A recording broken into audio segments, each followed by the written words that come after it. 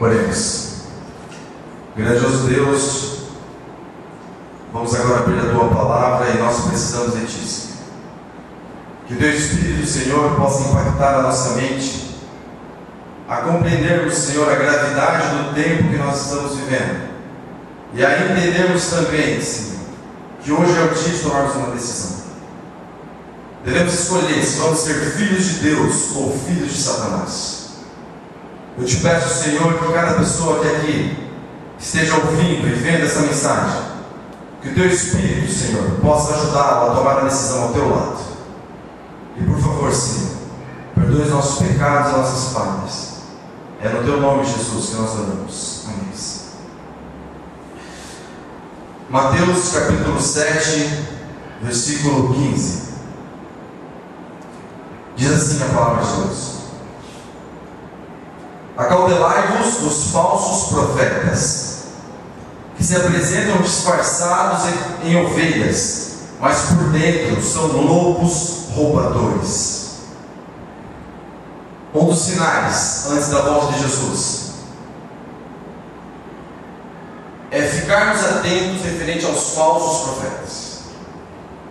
Eu gosto muito de usar a Bíblia para responder uma pergunta. E aqui eu vou fazer uma pergunta: quem é o falso profeta? Quem é o anticristo? Quem é contra Cristo? Você pode abrir a sua Bíblia no livro de 1 João, o capítulo 2, no versículo 22, diz assim: quem é o mentiroso, senão aquele que nega que Jesus é o Cristo? Este é o anticristo, o que nega o Pai e o Filho. Todo aquele, versículo 23, todo aquele que nega o Filho, esse não tem o Pai. E aquele que confessa o Filho, tem igualmente o Pai. Muitas teorias, muitas igrejas, mas nós devemos pregar Cristo e Cristo crucificado. Todo aquele que não apresentar Cristo é um falso profeta. E aqui a Bíblia continua, versículo 16. O versículo 15 nos mostrou que virão falsos profetas. E o versículo 16 continua dizendo: pelos seus frutos os conhecereis. Colhe-se porventura uvas dos espinheiros, ou figos dos abrolhos? Assim, toda árvore boa produz bons frutos, porém a árvore má produz frutos maus. Não pode a árvore boa produzir frutos maus, e nem a árvore má produzir frutos bons. Toda árvore que não produz bom fruto é cortada e lançada ao fogo. Assim, pois, pelos seus frutos os conhecereis. A Bíblia nos apresenta algumas características, e nós podemos detalhar melhor essas características desses frutos no livro de Gálatas, capítulo 5, versículo 19. Aqui nós encontramos os frutos da carne e os frutos do Espírito de Deus. Se você aceitou Jesus como seu Salvador, se o Espírito Santo de Deus fez você reconhecer que você é um trapo de imundícia, que você é um pecador, que você é um miserável, que você é menos do que um átomo diante de Deus, que você é muito pequeno diante da grandeza de Deus. Se o Espírito Santo te convenceu do teu pecado, é o primeiro passo. Basta saber se você se converteu do que o Espírito Santo te convenceu. Essa é a mensagem. Se você é só um convencido, não um convertido, possivelmente as obras da carne estarão presentes na tua vida. E em Gálatas capítulo 5, versículo 19, apresenta as obras da carne. E aqui diz a palavra de Deus: as obras da carne são conhecidas, e são elas: prostituição, impureza, lascívia, idolatria, feitiçarias, inimizades, porfias, ciúmes, iras, discórdias, dissensões, facções, invejas, bebedices, glutonarias e coisas semelhantes a estas.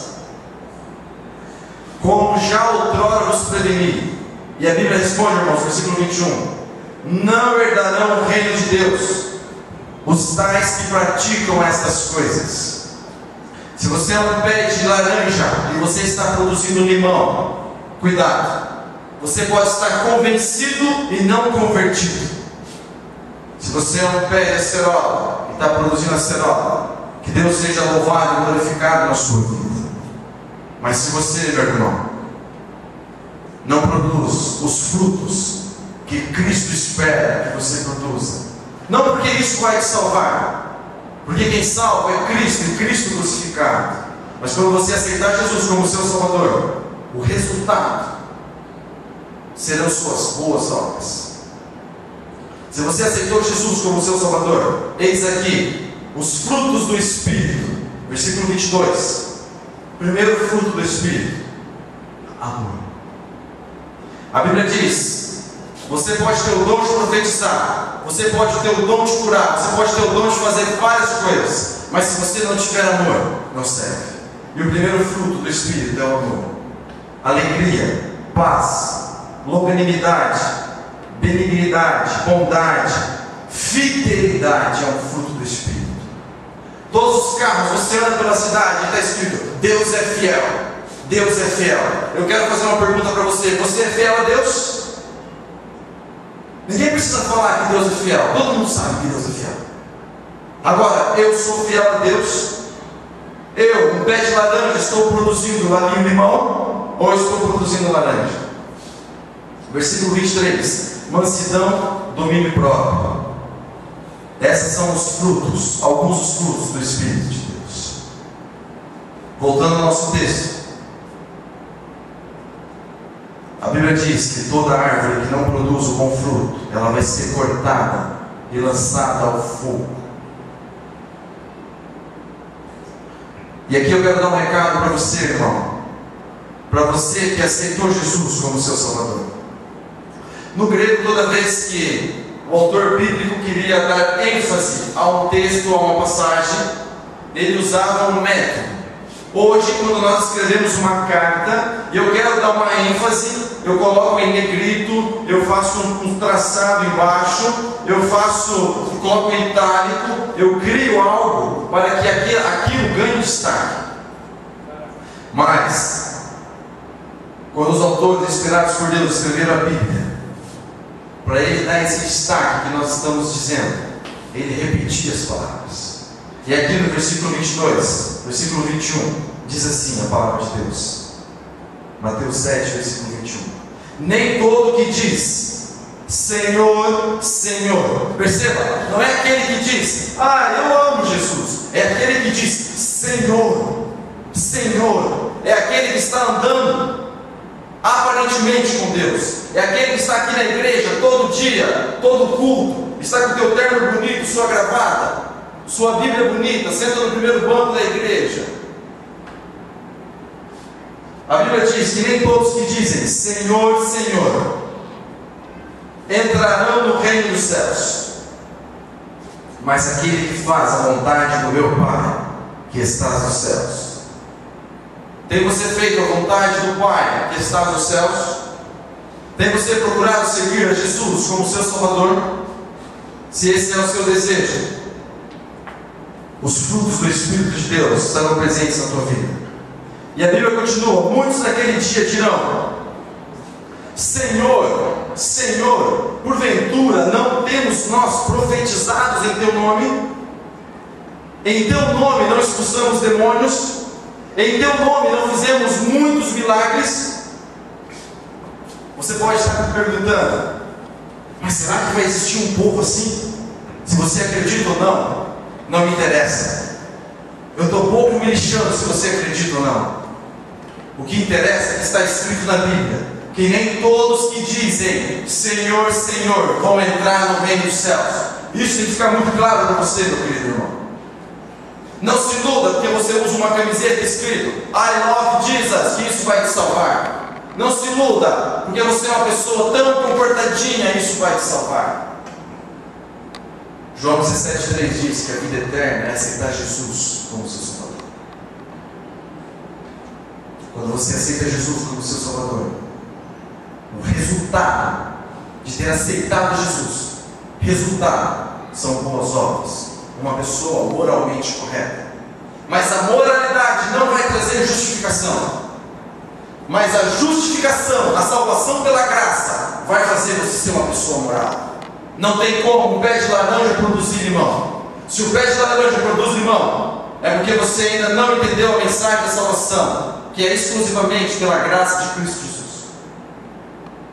Mas naquele dia, muitos dirão: Senhor, Senhor, por que eu não posso entrar, Senhor, no teu reino? Por que, Senhor, eu vou ficar com o lado de fora?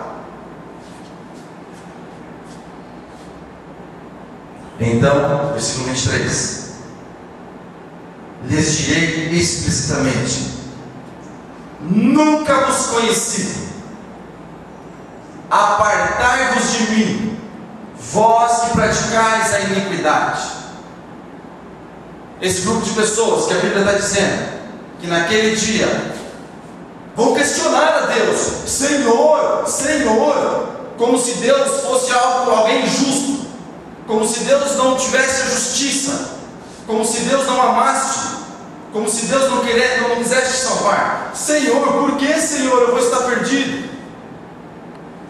Jesus vai responder: nunca vos conheci. Você conhece Jesus? Pense um pouco se você conhece Jesus. Agora eu vou te fazer outra pergunta. Jesus conhece você?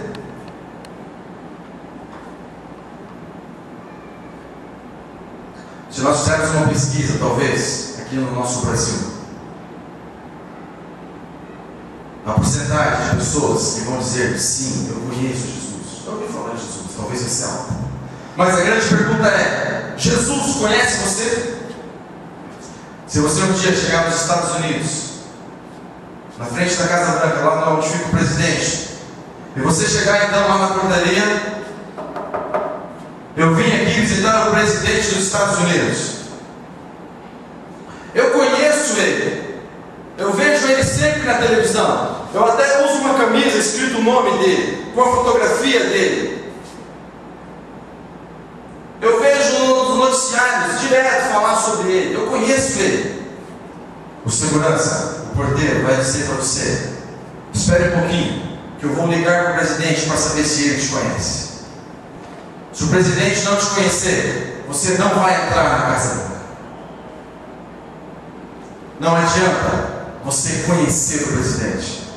Só conhecer não é a certeza que você vai estar junto com o presidente. Só você conhecer Jesus ainda não é o suficiente. A pergunta é: Jesus conhece você? E você pode estar perguntando: como que Cristo vai me conhecer? O que eu tenho que fazer para Cristo me conhecer? Será que eu tenho que dar o meu dinheiro aos pobres? Será que eu tenho que ir na igreja e dar 100 mil? Será que eu tenho que ficar lá pagando penitência? Será que eu tenho que fazer isso para Jesus me conhecer? Como eu disse, eu gosto do que a Bíblia responde. Versículo 21, a última parte: esses aqui serão conhecidos de Cristo, aquele que faz a vontade do meu Pai que está nos céus. Se você tem procurado fazer a vontade